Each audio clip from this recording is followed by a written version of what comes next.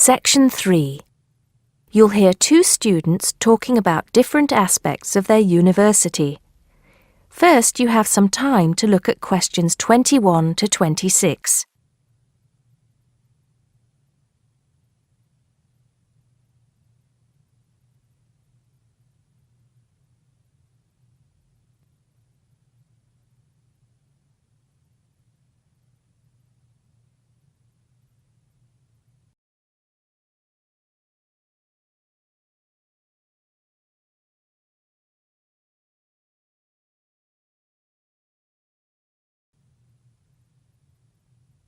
Now listen carefully and answer questions 21 to 26. Great party last night. You should have come. But anyway, so what have we got to do here? We're supposed to fill this form in by ourselves, but I'm sure it's okay if we chat about it first, don't you think? Yeah, sure. So, there are 10 questions and we've got to tick numbers 1 to 5 for each question. 5 means really good. 1 is bad. Question number 1. Was the course well organized? We'll give that a 5, agree? Yep. No question about that. What does question 2 mean, though? Was the teacher flexible? Is it good to be flexible? Well, that means, was the teacher very strict? Or maybe she gave you more time to complete your assignment. Things like that. So for that question, we should give her a 5. She always gave us an extra day, didn't she? And she wanted to know our opinions on things. We had great discussions. Fair enough. What about this one? Was the teacher friendly and encouraging? I'm not sure about that. She was friendly to some students, but I think she had a problem with Mike and Alex, who were usually late. She did get a bit irritated with them sometimes. Yeah, we weren't too happy about them either, though. I know it was a bit early, with classes starting at 8:30, but you choose if you want to sign up to them or not. So that's no excuse, really.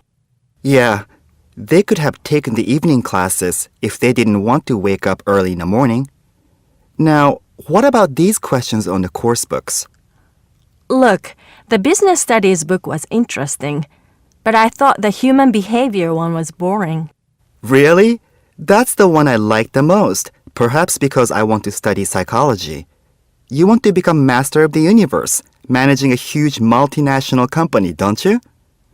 There's nothing wrong with being ambitious, you know? The best laid plans of mice and men. What's that?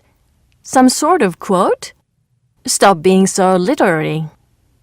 Let's get on with question 5. Did you find the campus library a useful resource? Well, most of the books I wanted had already been taken out, but the internet access was definitely useful.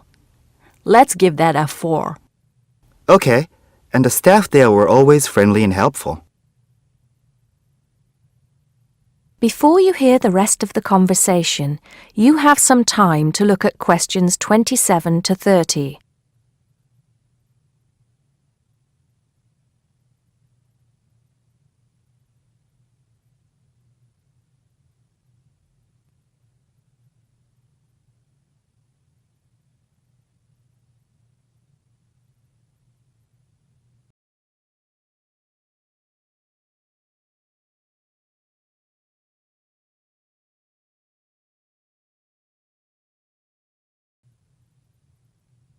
Now listen and answer questions 27 to 30. Now, what's this? You know, they keep going on at us about how we don't use the off-campus library enough. I suppose this question is to test if we know where things are there. So here's a plan of the library. You use it more than me. I've only been there once, actually. You tell me. Right. So as you go in, the librarian's desk is on your right.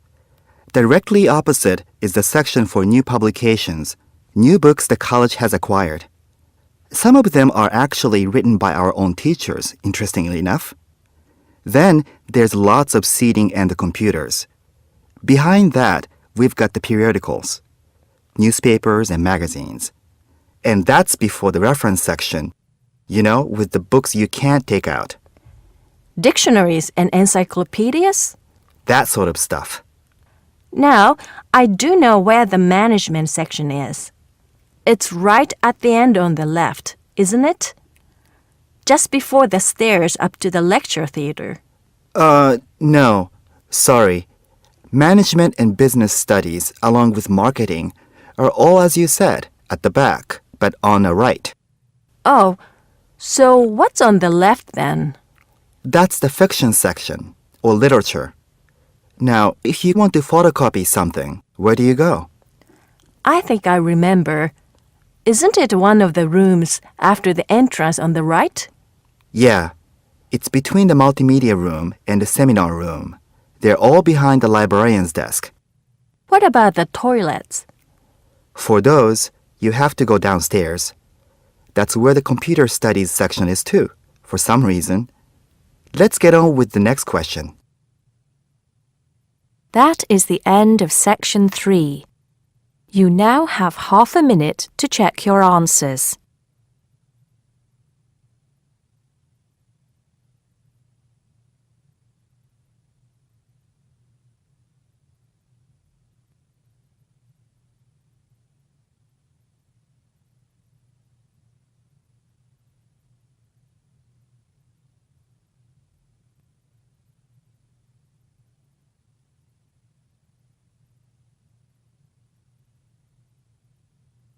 Now turn to section 4.